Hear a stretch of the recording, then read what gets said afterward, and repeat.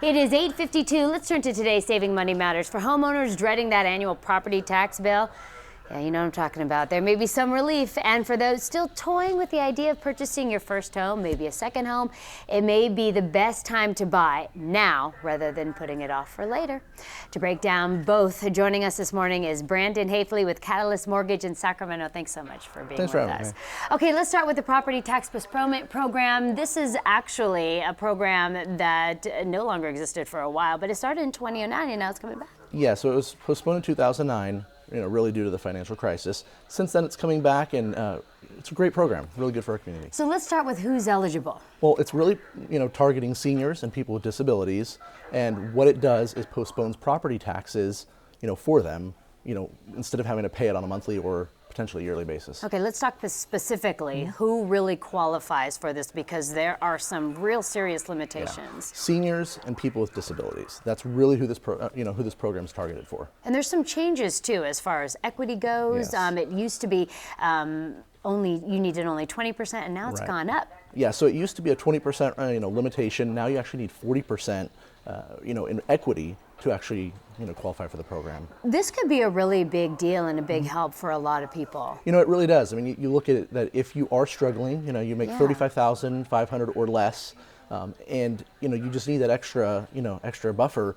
You're able to defer your property taxes. One thing to keep in mind: there is interest that accrues when they are deferred, but it's still great on that end. Okay, let's go to our mortgage rate update. People are following this so closely these days, especially with rates being at historic lows. So where do we stand today? Well, currently for the 30-year fix is about 3.47%, and that's with closing costs, and then the 15 years roughly 2.76%. And again, these are both with closing costs. Keep in mind, over the last month, we've really seen an increase, and that's due to a lot of the chatter that's coming out, potentially Fed increasing rates and so on. But it's important to know that even though they're not directly tied, interest rates are rising, this last, month and a half.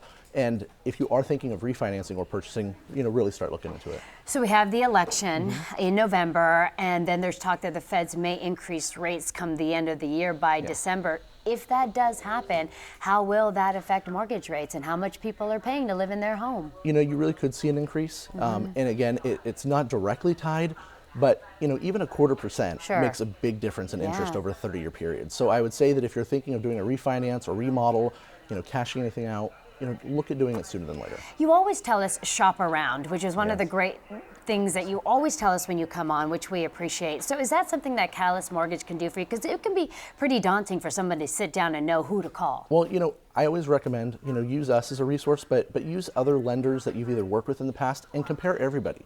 Not every lender, operates the same way, and or rates aren't the same, different programs, et cetera. So really make sure that when you're in the process of refinancing or purchasing, ask the questions and ask the same questions to every lender. As always, good tips. Thank you so much. Brandon Haefele with Catalyst Mortgage in Sacramento.